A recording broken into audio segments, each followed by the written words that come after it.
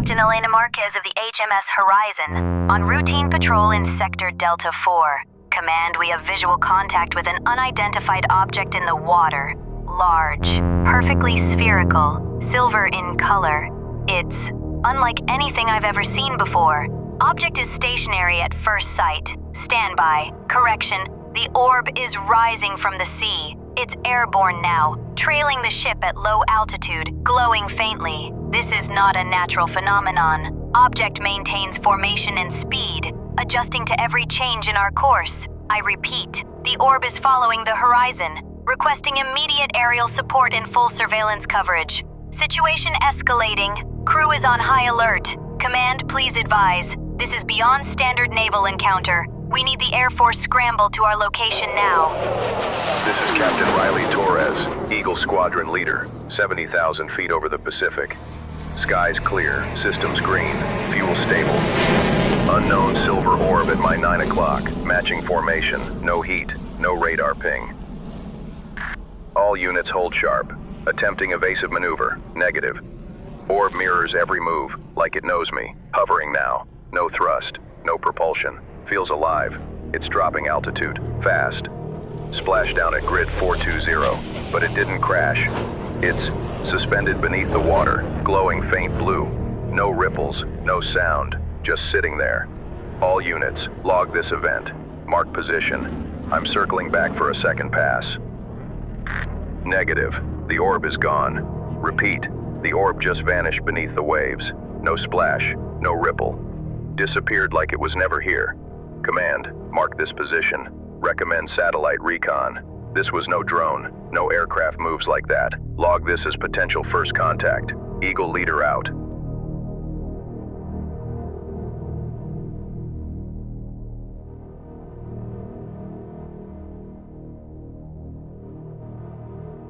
My life changed 5 years ago, back when I was just a student. I wasn't looking for destiny, I found it by accident. A bracelet, glowing and mysterious, fell from the sky. I discovered it while swimming, and from that moment, everything was different. That bracelet gave me powers beyond imagination. Powers I've used to save hundreds of lives. But that story is for another day. Now, I live in Spain. My life had finally become quiet until yesterday. As I drifted into sleep, something extraordinary happened. An angel came to me in a dream.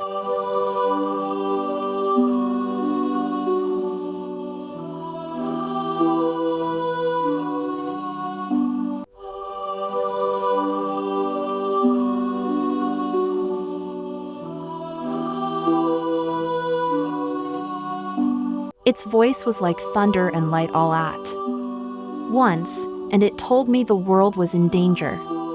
Not just any danger, something that could end everything we know, but there was more. To fight this, I would have to return home, to a small village in West Africa, Ghana, the place where my story first began, and that's why I am here now.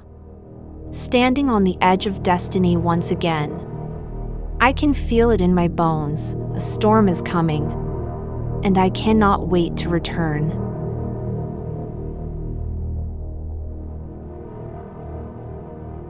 Arrival in Ghana. The plane descended through golden clouds, the Atlantic shimmering below like a sheet of glass. My heart raced as the captain announced our landing in Accra, Ghana. The wheels hit the runway, and I felt the weight of destiny pressing against me. Home. That word had not passed my lips in years. Spain had become my world, my escape, but Ghana, my birthplace, was the root of everything. And now, I had been summoned back by a dream, by an angel who whispered that my homeland was in danger. The airport was alive with voices, music, and the scent of fried plantains and spice carried by the wind. Families reunited with laughter. Taxi drivers shouted destinations.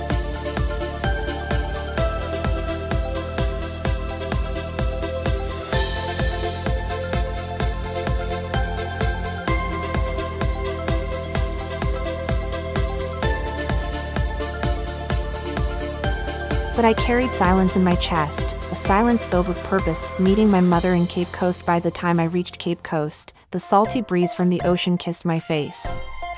My mother stood waiting at the gates of our family home, her arms open wide. "Anansi," she cried, pulling me close.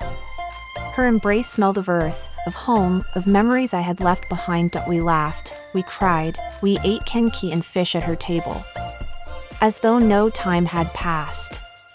She touched the bracelet on my wrist, the one I had found in the sea 5 years ago, the source of my powers, and shook her head. "You've changed, child," she said softly. "But something in your eyes tells me the world is about to change with you." But my mind was restless. Something had brought me home, and I could feel it pulling me closer. The next morning, I set out for Elmina Castle. The road wound along the coast, the sea glittering beside me like it was keeping watch. When I finally stood before the castle's whitewashed walls, I felt a silence fall over me. History breathed in those stones, heavy and unbroken. I walked the courtyards, the dark dungeons, and the open battlements, every step carrying the weight of voices long gone. But then, the air shifted.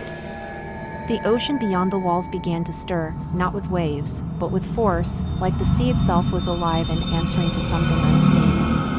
Tourists gasped, pointing toward the horizon, where the water churned in spirals of silver and black, and there it was. A perfect, round orb, glowing faintly as it hovered just above the waves. My breath caught in my chest. Without a second thought, I let the power rise in me. My feet lifted from the earth, the wind rushing past as golden light flickered around me. I soared upward, away from the castle walls, straight toward the strange, impossible glow waiting over the sea.